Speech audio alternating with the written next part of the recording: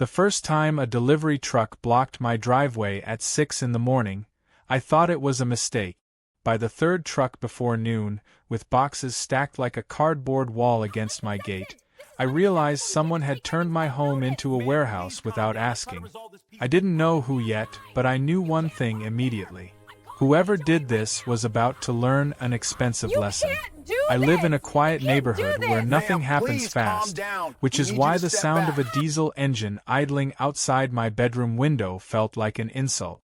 I pulled back the curtain and saw a delivery van parked crookedly across my driveway, hazard lights blinking like it owned the place.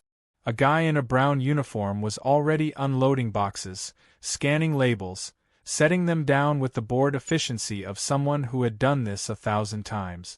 I stepped outside in slippers and a hoodie, coffee still burning my tongue, and asked him who the packages were for. He glanced at his handheld scanner, then at me. "This address," he said, like that explained everything. The labels didn't have my name. They had a name I recognized immediately because you don't forget someone like her. Karen. Mid-40s, permanently offended expression, lived 3 houses down, and chaired herself as if she were the self-appointed CEO of the entire street. She had complained about my fence height, my trash bin placement, my choice of mailbox, and once, memorably, the way my porch light was too aggressive. We were not friends. I told the driver those packages weren't mine. He shrugged, said he couldn't take them back because they were marked delivered to this address, and drove off before I could argue. I stood there staring at the boxes, a mix of confusion and irritation settling into my stomach. Maybe it was a one-off mistake. Maybe she'd mistyped something online. I carried them into my garage, planning to drop them off later, and went back to my day. The next day it happened again. Different company. More boxes. This time, one of them was heavy enough that the driver asked me to help move it. I told him, through clenched teeth, that I wasn't the recipient.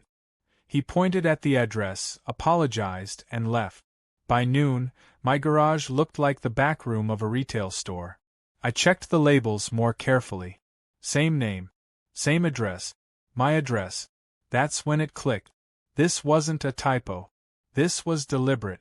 Karen had done something similar years ago, registering herself as temporary parking enforcement and trying to ticket people on the street. She loved systems, loved paperwork, loved anything that let her feel powerful without actually earning it. Somewhere in her mind, redirecting her deliveries to my house probably felt clever. Convenient. Harmless. I could picture her thinking I'd just bring everything over, maybe even apologize for the inconvenience. I walked down to her house that afternoon with the first batch of boxes stacked in my arms. She answered the door with a smile that was already too smug to be genuine. Before I could say a word, she sighed dramatically and said, "Oh, thank goodness, I was wondering when you'd bring those over." I asked her why my address was on her deliveries. She didn't deny it. She adjusted her cardigan and said it was easier this way because delivery drivers always miss her porch, and that since I was home more often, it just made sense. She said it like she was explaining a household chore to a child. I told her she needed to change it immediately. She waved her hand and said she would, eventually, and closed the door while I was still standing there. That night, more packages arrived. Evening deliveries. One driver knocked, another didn't. A neighbor texted asking if I was running a business out of my garage. I called customer service for one of the companies and explained the situation.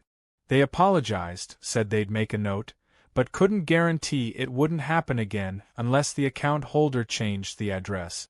I already knew Karen wouldn't. By the end of the week, it was ridiculous. Boxes lined the garage wall. Some were small, some large, some clearly expensive. Electronics, home decor, specialty food items.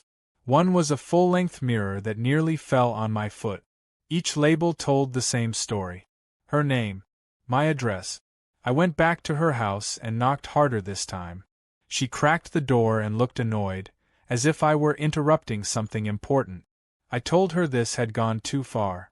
She leaned against the doorframe and said, with a thin smile, that legally the packages were delivered correctly, and if I didn't want them, I was free to return them myself. She suggested I stop being dramatic. That was the moment something shifted. The irritation burned off and left something colder behind. I realized she wasn't going to stop because there was no cost to her behavior. In her mind, inconvenience to me was invisible. Effort from her was unacceptable. She expected the system, and me, to absorb everything. So I stopped bringing the packages over. The next delivery arrived on a Saturday morning. I signed for it, not because I wanted to help, but because I wanted a record. I stacked it neatly with the others and took photos. I documented dates, times, companies, tracking numbers. I checked local regulations about misdelivered packages, storage liability, abandoned property. Turns out, when someone knowingly registers the wrong address and refuses to correct it, things get interesting. 3 days later, Karen showed up at my door, red-faced and furious. She demanded to know why her packages hadn't been delivered. I told her they had been. She pointed at my house like it was a crime scene and said I was stealing. I calmly told her she was welcome to retrieve them, during reasonable hours, by appointment. Her mouth opened and closed like she was buffering. She threatened the police. I told her to go ahead. She threatened to report me to every delivery company she used. I told her I had already spoken to them. She called me selfish, petty, and unethical. I smiled and reminded her that this was her system, not mine. As she stormed back down the driveway, I looked at the boxes stacked behind me and felt something close to satisfaction. She had tried to use my address as a convenience. What she didn't understand yet was that convenience always has a bill. And sooner or later, someone has to pay it. By Monday morning, the neighborhood knew something was wrong before Karen did. Delivery vans slowed in front of my house like it was a landmark. Drivers double-checked scanners, frowned, shrugged, and unloaded anyway. I watched from my porch, coffee in hand, not interfering, not correcting them, just observing. Every box was another entry in my growing folder of photos and timestamp. I wasn't hoarding out of spite. I was letting her system fully mature. Karen, meanwhile, spiraled. She rang my doorbell 3 times before noon. I didn't answer the first 2. On the third, she leaned on it like she was trying to flatten the button through the wood. When I finally opened the door, she launched straight into accusations. She said I was obstructing her life, sabotaging her deliveries, deliberately withholding her property. I let her finish. Then I calmly told her she could pick up any package addressed to her during a scheduled window, between 6 and 7 in the evening, 1 visit per day. Her face did something strange, like her brain was struggling to process the idea that she wasn't in charge. She demanded immediate access. I asked her to confirm, out loud, that she had intentionally registered my address for her deliveries. She hesitated. Just a flicker. Then she said yes because it was easier and that should be the end of it. I thanked her for clarifying and told her I'd noted it. That's when she realized she might have said too much. That afternoon, I received my first official email. One of the delivery companies followed up on my earlier call, asking for written confirmation that I was not the account holder and that the deliveries were unauthorized. I replied with photos, logs, and a short explanation. An hour later, another company did the same. Karen had built her little convenience on the assumption that no one would push back. She hadn't accounted for paperwork. The next escalation came from her, loud and public. She posted in the neighborhood group chat, claiming someone was stealing her packages and hinting heavily that it was me. She didn't name me directly at first, but she didn't have to. People started messaging me privately, asking what was going on. I sent each of them the same photo. A stack of boxes with her name and my address, timestamps visible. Most replies came back with variations of disbelief and laughter. A few asked if she was serious. By evening, she was standing on the sidewalk in front of my house, arms crossed, talking loudly on her phone about theft and criminal behavior. I stayed inside and let her perform. When she finally marched up and knocked again, I opened the door with my phone recording openly. She noticed immediately and changed her tone, switching from rage to wounded authority. She said she would allow me to redeem myself by bringing her packages over immediately.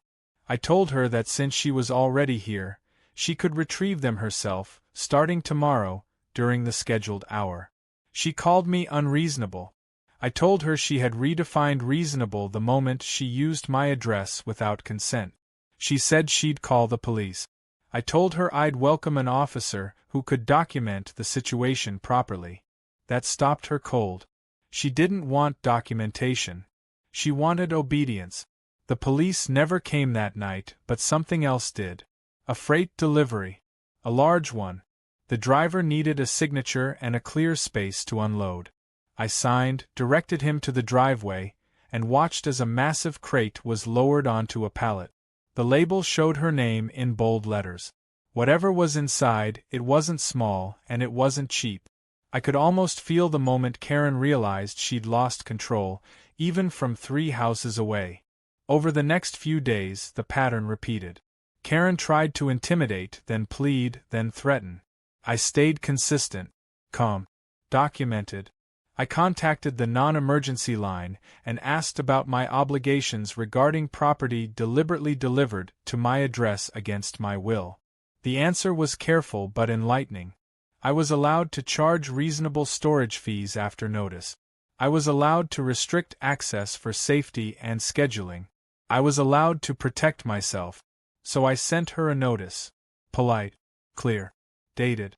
It stated that any packages addressed to her and delivered to my property would incur a daily storage fee after 48 hours, and that retrieval required prior confirmation. I slid it into her mailbox and emailed a copy to the address she'd once used to complain about my porch light. She lost it. The shouting was audible from inside my house.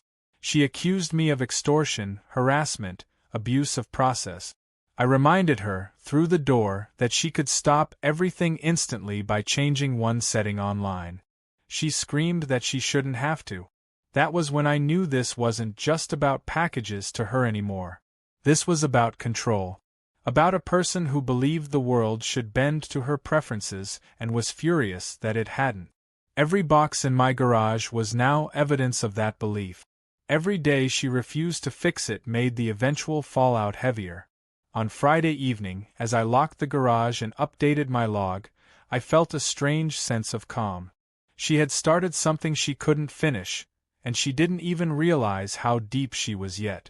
She thought inconvenience was the worst outcome. She had no idea how expensive her convenience was about to become. The invoice was the first thing that broke her illusion that this would blow over. I printed it on plain paper, nothing fancy, just dates, item counts, square footage used, and a modest daily storage rate that I'd double-checked against local guidelines. I slid it into an envelope and taped it to her door after sunset, not to be sneaky, but because I didn't feel like performing for her again. By morning, my phone was vibrating non-stop. She left 7 voicemails in under an hour. The first was disbelief. The second was laughter, sharp and forced.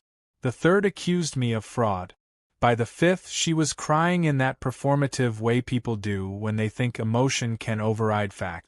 The last one was quiet and cold. She said she'd contacted a lawyer and I should expect consequences. I saved every message. That same day, 2 delivery companies flagged her account. Not shut down, but reviewed. I knew because both emailed me asking for additional confirmation. One asked if I would accept future deliveries addressed to her. I replied with a single sentence. No. Please return all future packages to sender. That's when the real costs started to accumulate, the kind that don't feel real until they hit a statement. Returned packages aren't free. Restocking fees. Shipping penalties. Delayed delivery charges. Items marked refused or undeliverable. Karen had been ordering with abandon for months, maybe longer, assuming the system would quietly absorb everything. Now the system was pushing back, and systems don't argue. They invoice. She tried a different tactic. The HOA. I came home one afternoon to a bright orange notice taped to my gate, claiming I was operating an unlicensed storage business. It cited bylaws that didn't apply to single-family residences and included a fine that wasn't authorized by anyone with actual authority. I recognized her phrasing immediately. The same dramatic capitalization. The same misuse of legal terms. I emailed the HOA board directly with photos, context, and a request for confirmation. 2 hours later, I got a reply apologizing for the confusion and stating no such violation existed. Karen had signed the notice herself. That evening, she stood across the street with 2 neighbors, gesturing wildly at my house like it was on fire. I didn't go outside. I watched from the window as one neighbor slowly backed away, uncomfortable, while the other nodded along, not fully understanding but enjoying the drama. When Karen noticed me watching, she waved like she'd caught me in the act of something terrible. I closed the blinds. The next escalation came wrapped in a uniform that didn't quite fit. A man knocked on my door mid-morning, wearing a badge that was just slightly off, the shine wrong, the lettering crooked. He introduced himself as private security contracted by the HOA. I asked for his credentials. He hesitated. I asked again. He said he was there to retrieve Karen's property. I told him he was trespassing and needed to leave. He raised his voice. I raised my phone. He left quickly. I called the HOA again. They confirmed they had not sent anyone. I documented that too. Karen had crossed from entitlement into something messier, something reckless. She was improvising authority, assuming no one would challenge it. She was wrong. Packages kept arriving for another week, slower now, but still steady. I refused them all. Drivers marked them accordingly. I received automated emails showing the chain reaction. Refused. Returned. Charged. I imagined her watching her account notifications pile up, each one a tiny shock, each one reminding her that she could stop this anytime by changing an address. She didn't. She doubled down. She filed a police report accusing me of mail theft. An officer showed up 2 days later, polite, tired, clearly expecting nonsense. I walked him through everything. The logs. The photos. The voicemails. The invoice. The HOA notice she'd fabricated. The fake security. He listened without interrupting, then asked a simple question. Had she acknowledged using my address intentionally? I played him the voicemail where she said it was easier that way. He exhaled slowly and nodded. He went to her house next. She didn't come over that night. She didn't come over the next day either. Instead, I got a certified letter from a lawyer threatening a civil claim for conversion of property. I read it twice, then smiled. It was boilerplate. Sloppy. It demanded immediate release of all packages and payment for damages without addressing the address issue at all. I forwarded it to the same delivery companies that had been emailing me, along with a note stating that any future attempts to deliver to my address should be considered harassment. The response was faster than I expected. One company suspended her account pending verification. Another required in-person ID confirmation before any new shipment. A third canceled several pending orders outright. Karen had turned convenience into friction, and friction into loss. The silence from her stretched on for 3 days. Then, on the 4th, she appeared at my door again, different this time. No shouting. No threats. Just exhaustion and a brittle smile. She said we needed to talk like adults. I asked her if she was there to confirm she'd changed the address.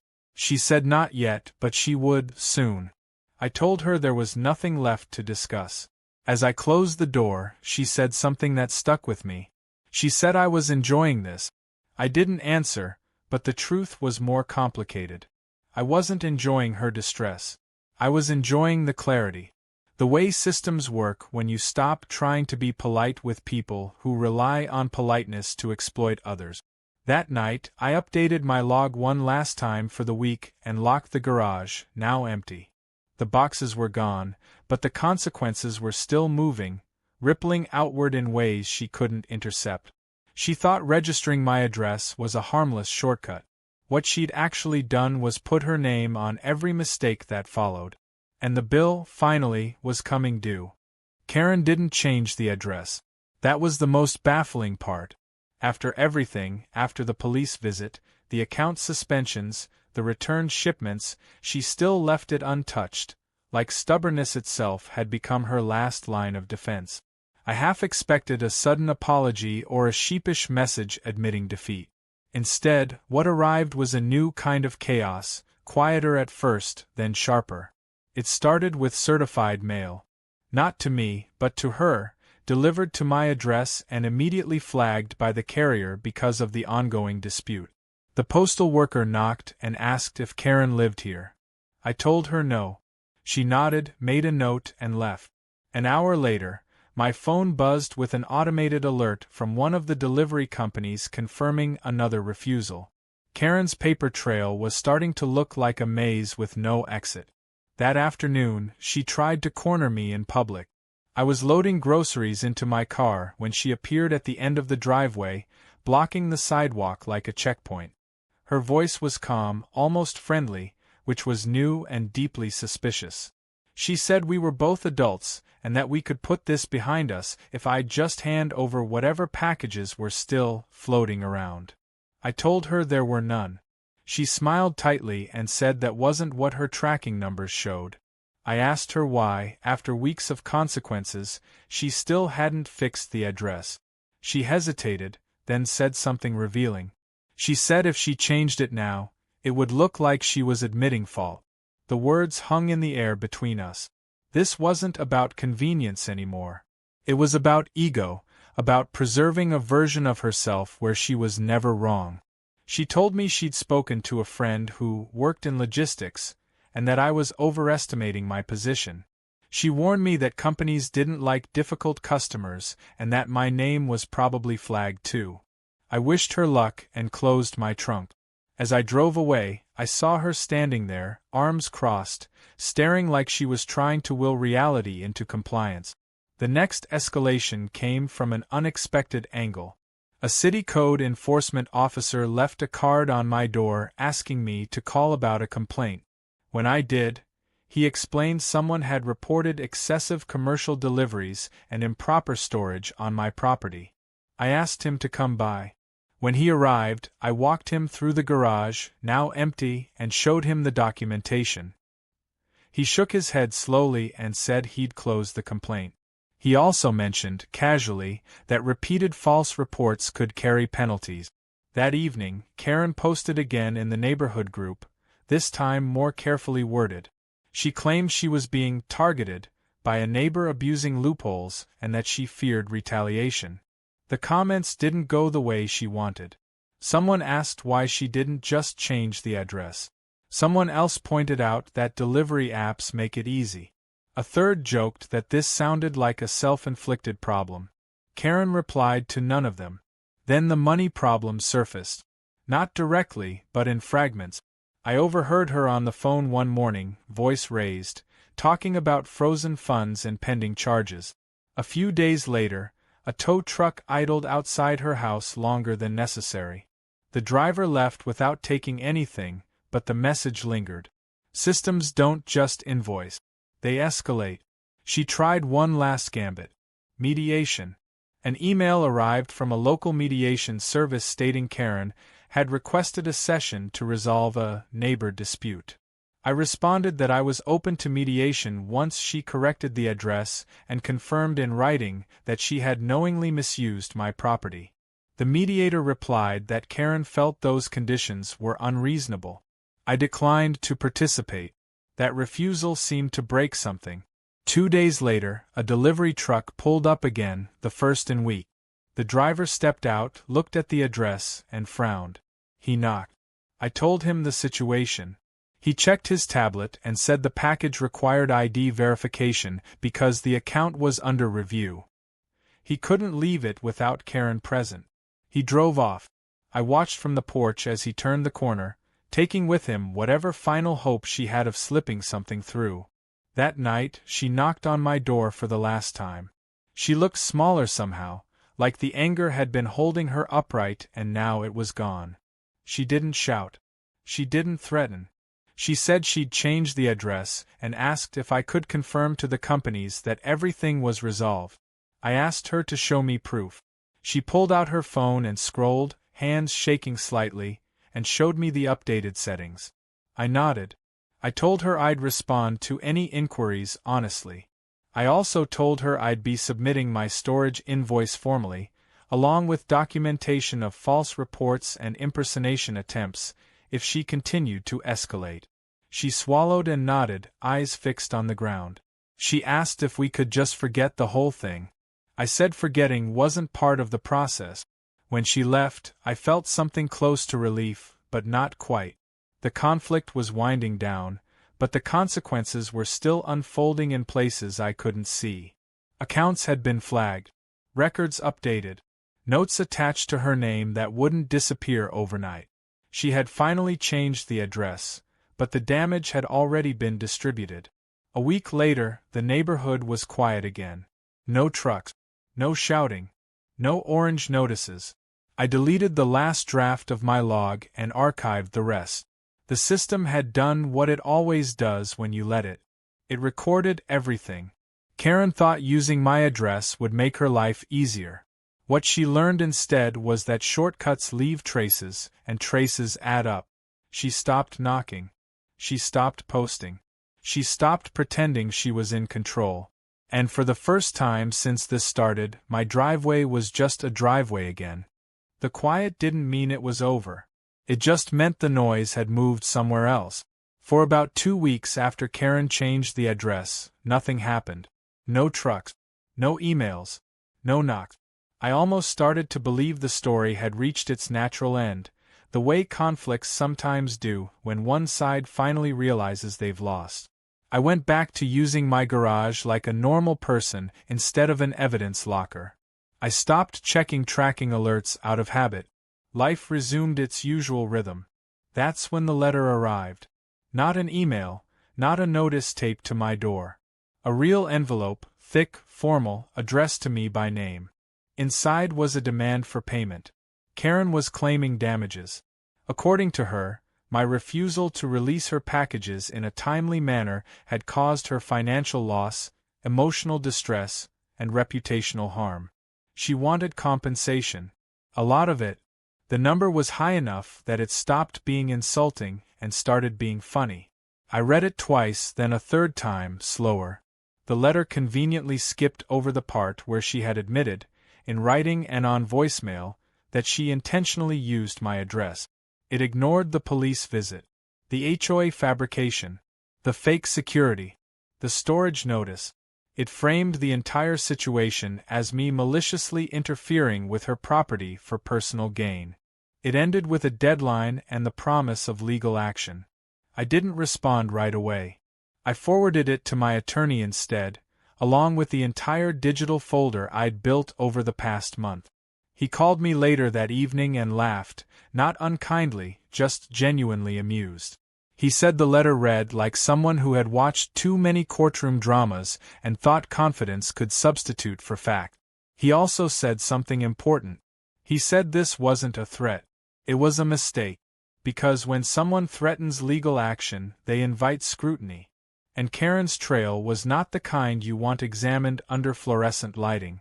My attorney drafted a response that was calm, factual, and devastating in its simplicity. It outlined her intentional misrepresentation, included timestamps, transcripts, and copies of official responses, and politely stated that any further contact outside formal legal channels would be considered harassment. It also included an invoice. My invoice. Storage fees. Time spent resolving false reports. Legal consultation costs. All documented. All reasonable. The deadline on mine was sooner than hers. She responded the next day, not through her lawyer, but directly. The email was frantic, disorganized, full of half-finished thoughts and emotional swings. She accused me of escalating things unnecessarily, then begged me to reconsider, then threatened again, then apologized, all in the span of 6 paragraphs. It was the written equivalent of someone pacing back and forth, arguing with themselves. I didn't reply. Instead, something else happened. One of the delivery companies called me. Not customer service, but an account specialist.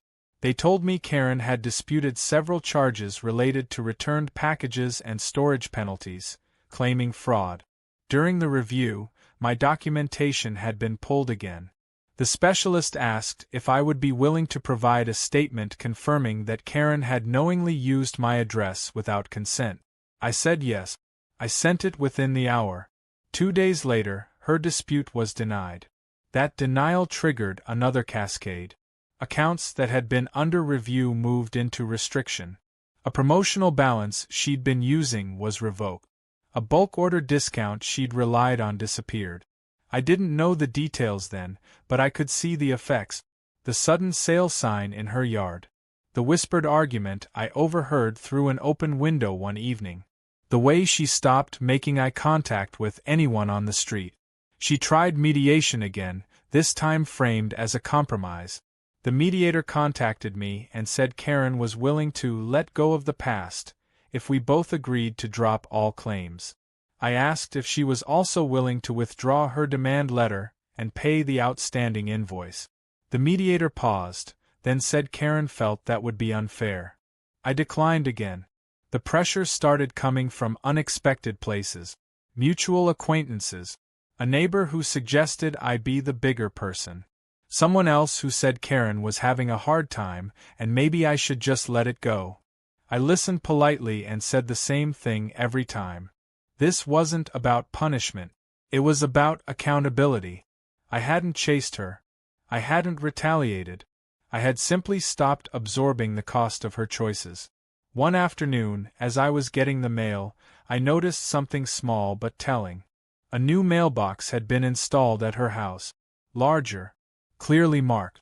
The kind people get when they expect a lot of deliveries. It sat there unused, a quiet monument to bad decisions. The final push came when my attorney called again. He said Karen's lawyer had quietly withdrawn. No explanation, just a notice of termination. He said that usually happened when a client insisted on a narrative that couldn't survive evidence. He asked me how I wanted to proceed. I told him to proceed exactly as planned. That night, I slept better than I had in weeks. Not because I felt victorious, but because the uncertainty was gone. Karen had tried to flip the story, to turn herself into the wronged party. But stories don't change just because someone demands they do. They change when facts support them. And hers didn't. The next chapter wasn't going to be loud. It wasn't going to involve shouting or threats or dramatic confrontations. It was going to happen quietly, in offices and inboxes and systems that don't care how indignant you feel. Karen had spent weeks trying to make me pay for her convenience. Now she was about to learn what it costs to fight a paper trail you created yourself. She was fighting the consequences, and those don't get tired, don't feel sympathy, and don't back down just because someone insists they're being treated unfairly. The first sign was the court notice. It wasn't a lawsuit, not yet. It was a scheduling notice tied to her demand letter, a mandatory pre-filing review meant to determine whether her claim even qualified to move forward. She had triggered it by pushing after her lawyer withdrew, filing paperwork on her own. I received the notice because I was named in the complaint. She received it because she'd asked for it. People who thrive on confrontation often believe escalation is power. They think making something official will scare the other person into folding. What they don't realize is that official processes strip away performance. There's no audience, no volume advantage. Just facts, dates, and documentation. I attended the review remotely, camera on, notes ready. Karen joined late, flustered, framed badly on her screen, papers scattered around her like props she hadn't rehearsed with.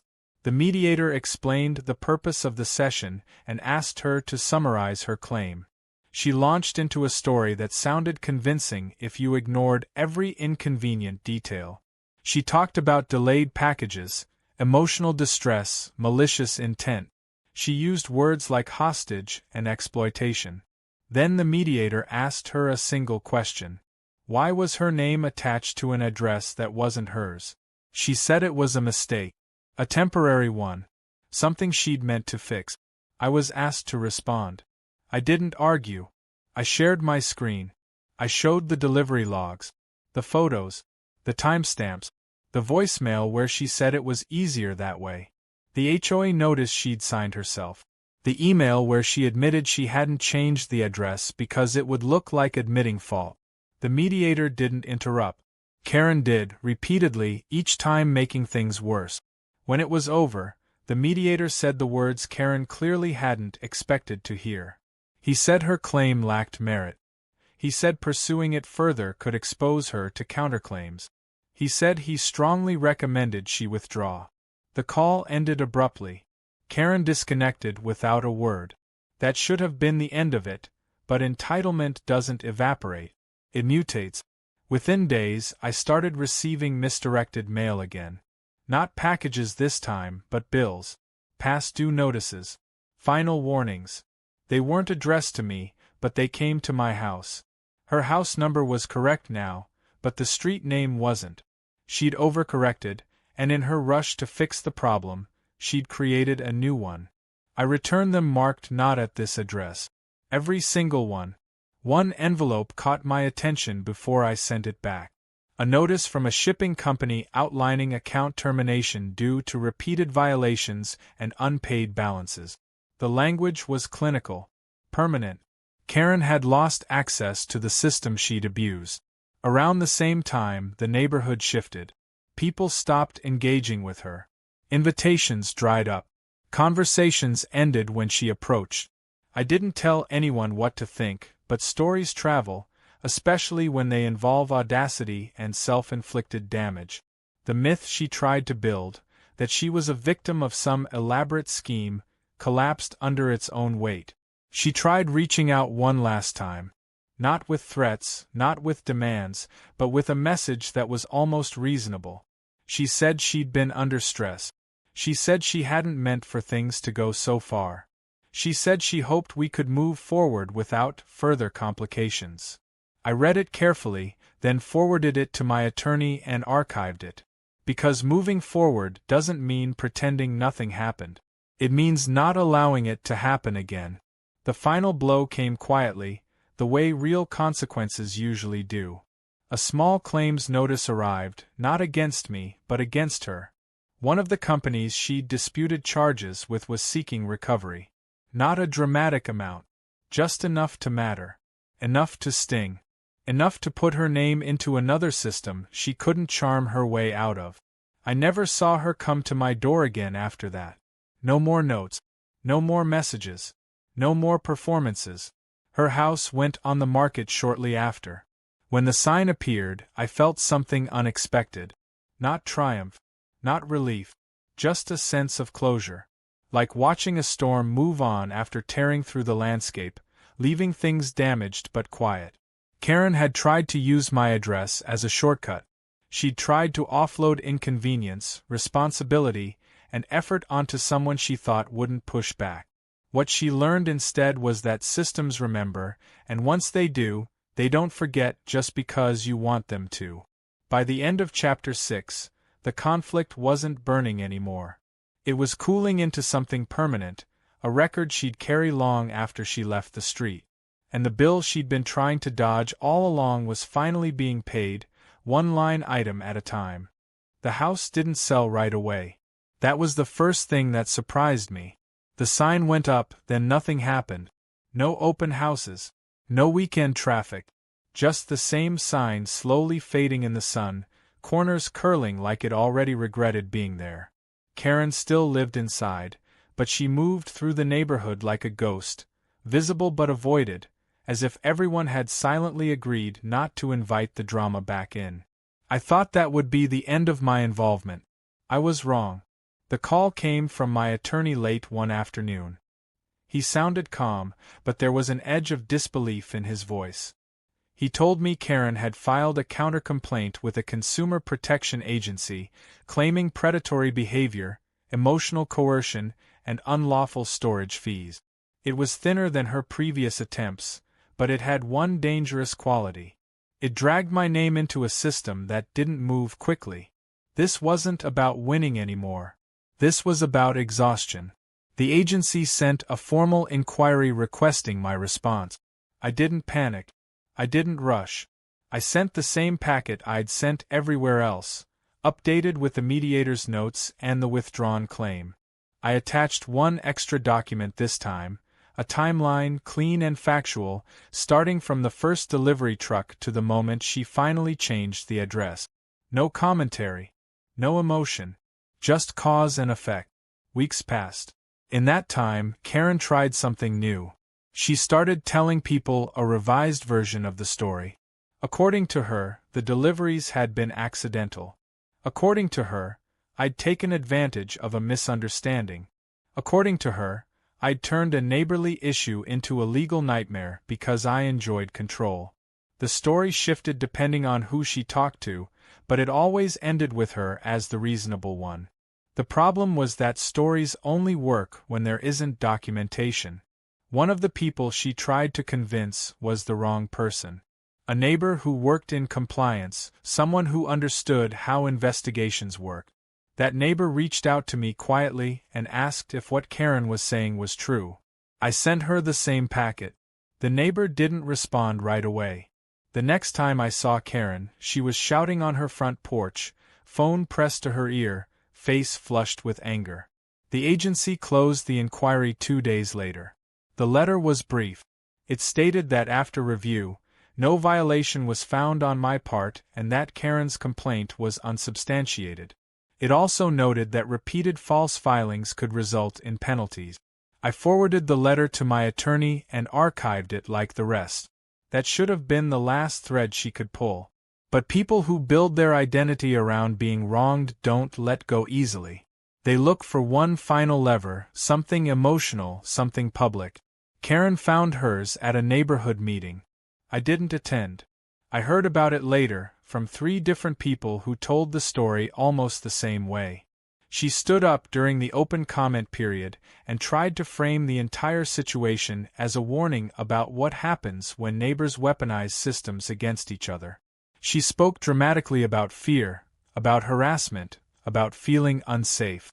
She implied, without naming me, that someone on the street was dangerous. Then someone asked a question. Why didn't she just change the address? There was a pause. Long enough to feel uncomfortable. Long enough for people to look at each other. Karen answered that it wasn't that simple. Someone else pulled up a delivery app on their phone and showed how it took less than 30 seconds. Another person asked why she'd sent fake security. Another asked about the police visit. The meeting chair tried to move things along, but it was too late. The narrative cracked in public. Karen left early. A week later, the for sale sign came down. Not because the house sold, but because it was being rented instead. The listing showed up online quietly, price reduced, description vague. She was leaving, just not in the way she'd planned. On her last full day on the street, a moving truck parked in front of her house. I watched from my window, not out of spite, but because closure has a way of pulling your attention whether you want it or not. She supervised the loading with forced authority, snapping instructions that no one listened to. At one point, she looked toward my house. Our eyes met through the glass. She didn't glare. She didn't scowl. She looked tired. That was when I understood something important. This had never really been about me. I was just the first boundary she hit that didn't move. Everything that followed came from her refusal to accept that. The truck pulled away in the late afternoon. The street went quiet again. The kind of quiet that feels earned. I thought that was the end. I really did. But consequences don't always finish at the same time the conflict does. Sometimes they lag, waiting for the right moment to land. And Karen still had one more bill coming, even if she didn't know it yet. The final consequence arrived 6 weeks after the moving truck left, tucked into my mailbox on an ordinary Tuesday like it didn't understand how long it had been traveling to reach me. It was a notice from the small claims clerk, addressed correctly this time, informing me that a hearing I hadn't requested had concluded in my favor by default. Karen hadn't shown up.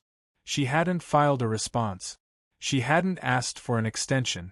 The clerk attached the order, brief and unmistakable, stating that my documented storage fees and associated costs were valid, enforceable, and now part of a judgment. The amount wasn't life-changing. It didn't need to be. It was enough to matter, enough to follow her, enough to be remembered.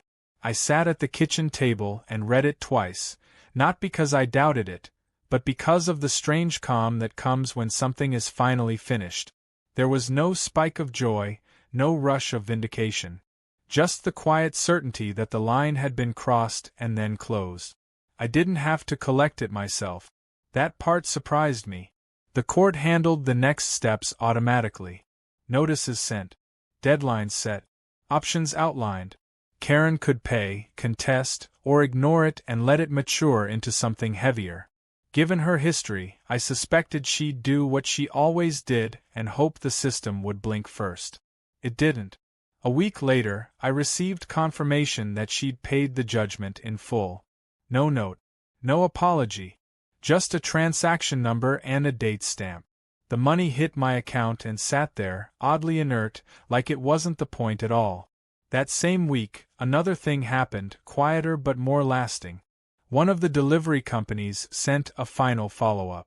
They thanked me for my cooperation and confirmed that the address flag had been resolved permanently. Karen's name, they explained, had been restricted across their network due to repeated policy violations. Appeals exhausted. Decision final. It was written in neutral language, but the meaning was clear. The door she'd abused was now closed to her everywhere it mattered. The neighborhood moved on faster than I expected. New renters arrived. Different cars. Different routines. The space Karen had occupied filled in, softened, became normal again. People waved. Packages arrived where they were supposed to. The street reclaimed its anonymity. Every once in a while, someone would ask me what had really happened, usually in that careful way people use when they don't want gossip but still want the story. I told them the truth, stripped of drama. Someone used my address without permission. I set boundaries. Systems did the rest. That was usually enough. Months passed. I stopped thinking about tracking numbers and timestamp. The folder on my computer stayed archived, untouched, a relic of a time when documentation felt like armor. I returned to ordinary inconveniences, the kind that don't come with invoices or hearings. Life regained its texture. Then, one afternoon, I ran into Karen by accident.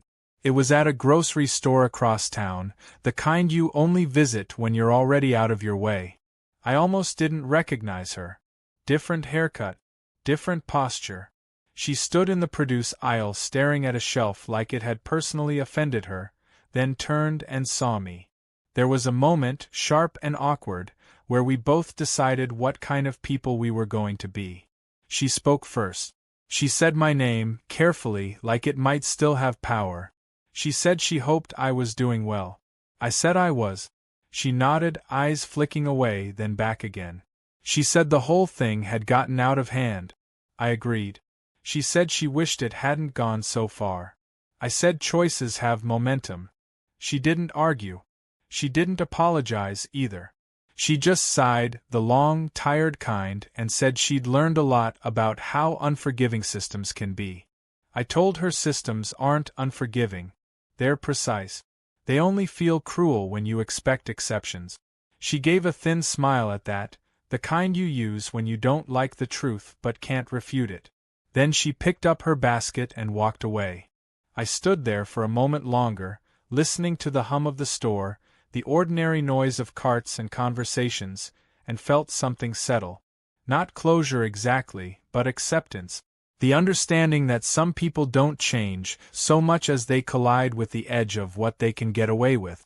Driving home, I passed my street and noticed how unremarkable it looked. No signs. No trucks. No drama. Just houses and trees and driveways doing their quiet work. My driveway, especially, empty and unclaimed. That's the thing Karen never understood. She thought using my address was harmless because she saw addresses as abstract, interchangeable, something you could borrow without asking. She didn't see the labor behind them. The accountability. The way a place anchors responsibility whether you like it or not. When she registered my address, she thought she was outsourcing inconvenience. What she actually did was attach her name to every consequence that followed. Every returned package. Every fee. Every flag. Every note in a system that doesn't forget because it doesn't feel. I didn't make her pay for every package by being clever or cruel. I made her pay by refusing to absorb the cost of her entitlement. By standing still while she ran headfirst into rules she assumed wouldn't apply to her. In the end, there was no dramatic final showdown. No shouting match. No grand apology. Just a series of quiet confirmations that boundaries, once enforced, have weight. My address is mine again. My driveway stays clear. And somewhere out there, Karen is entering her information more carefully, aware now that shortcuts leave marks, and marks add up. That was the real payment. Not the money. Not the judgment. The lesson that convenience borrowed without consent always comes due, and the bill never goes to the person who said no.